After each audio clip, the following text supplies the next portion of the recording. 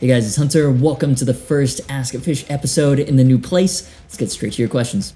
Satchel's pussy melter, get one. Check out the intro video on the Steel Panther Facebook. So much yes. Right, so if you haven't heard of the infamous pussy melter, I'm not gonna go into the full backstory, but suffice it to say, there's a fair amount of controversy around the name, obviously. So it started off as a TC electronic tone print, a reverb, I believe. Not even like a physical product is now a full-blown distortion pedal. Basically, the name is obviously immensely offensive if taken seriously. Steel Panther is a comedy band with a satirical take on 80s hair metal, the music, the culture, including behavior that degrades women. So on the one side, you had the people getting offended over the name and description of the tone print, and then on the other side, you had the people getting offended at the people getting offended. I mean, in this current environment of everyone and everything vying for attention, releasing this pedal is smart. It makes sense. People on Steel Panther's side of the controversy are gonna buy the crap out of this pedal to support the band, or judging by some of the more disgusting responses by fans, buy it out of spite. As for where I fall on this topic,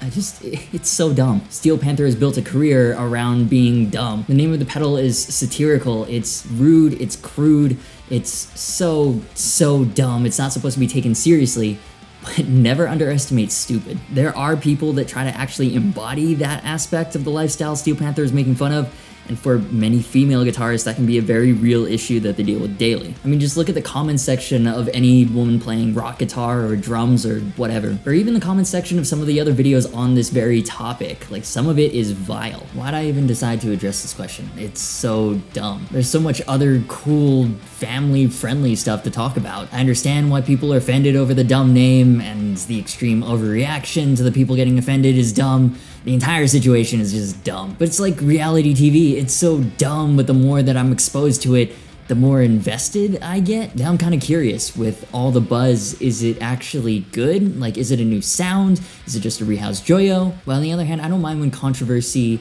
serves a purpose, like it opens a productive dialogue, but I'm not really a huge fan when things are controversial just for controversy's sake, which is exactly what this pedal is. Steel Panther is firing back, and good for them for sticking to their guns. Too often we see people back down too easily, in my opinion, but it's just dumb and it's adding fuel to the drama fire. I guess let me know what you think in the comments. It's really dumb, and next question. Diamond guitars and amps, bro. Do it.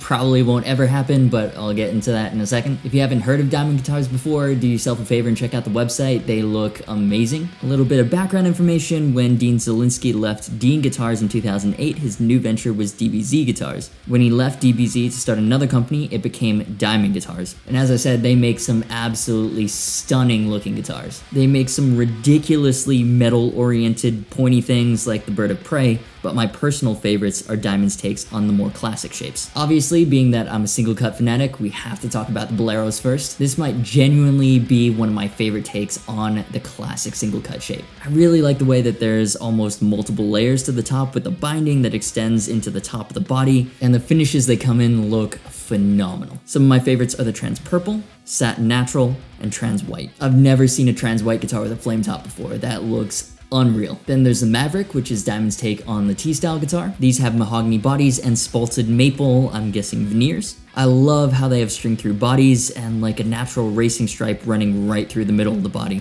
The ones that caught my eye the most come with Seymour Duncan pearly gates and 59 pickups, and the ones in transparent blue and transparent ruby look amazing. The last series is one that I didn't really like at first, but it's kind of grown on me, and that's the Firebird-inspired Hailfire. The Hailfire SMN Gray Smoke with its Seymour Duncan JB and whole lot of humbucker pickups looks like a mean guitar. Now, Diamond is actually a brand I've been trying to get on the channel forever. Their guitars are made in Korea, and all the ones I've mentioned here come in at under $1,000. So it seems like a perfect fit for the channel because it's what you guys like to see and what I like to focus on. But unfortunately, for all of you that have been asking for Diamond content, YouTube doesn't seem to be a part of their strategy. Luke, one of the guys that does a lot of the mixes and has a great YouTube channel, by the way, that you should check out, is a giant Diamond fanboy. So as a favor to him, more than anything, I've been trying to get in contact with them about setting up a demo, way more than I normally would. I've been on the phone with them a couple times. They've asked me to send them emails.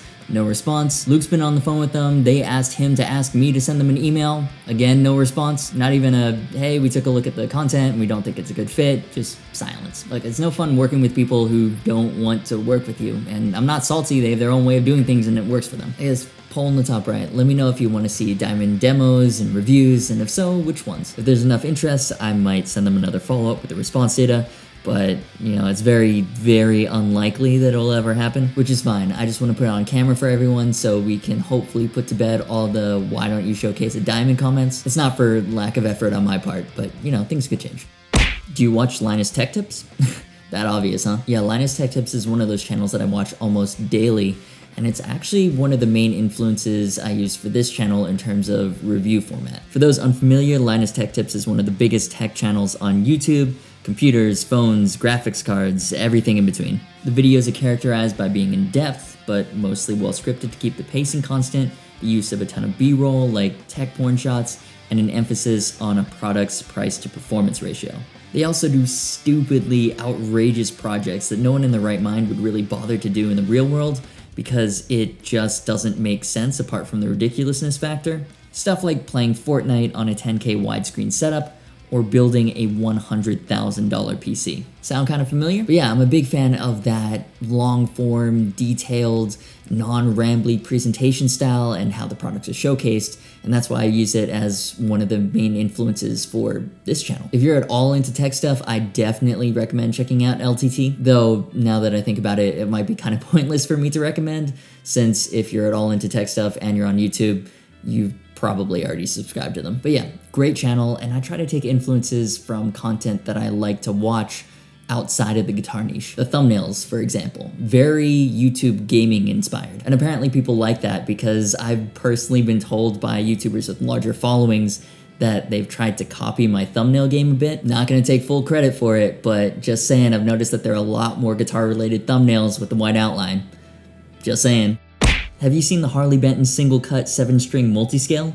It seems like it was made for you. Yeah, it kind of does, doesn't it? I've never really been into the whole pointy guitar thing, but this has convinced me that if Harley Benton ever introduces a 7-string FanFret SC or T-style guitar, I'll be all over it. So yeah, obviously Harley Benton is a brand that I love to cover and you guys love to see because as Thoman's house brand, the bang for buck that you get with them is ridiculous. Now on paper, the SC7, a 7-string multi-scale single cut, looks like my dream come true. It has a mahogany body, a multi-piece maple NATO neck, a 24-fret roseacer fingerboard, Grover tuners, and a 25.5 to 27-inch scale length at under $300. There are a couple things I'm personally a bit wary about though. Firstly, the fan looks really aggressive at the lower frets. Like I'd have to try it for myself, but while it looks fun for the single note chuggy riffs, it looks like it'll be a little uncomfortable for open cordage. Spoiler for the upcoming Harley Benton 8-string FanFret review,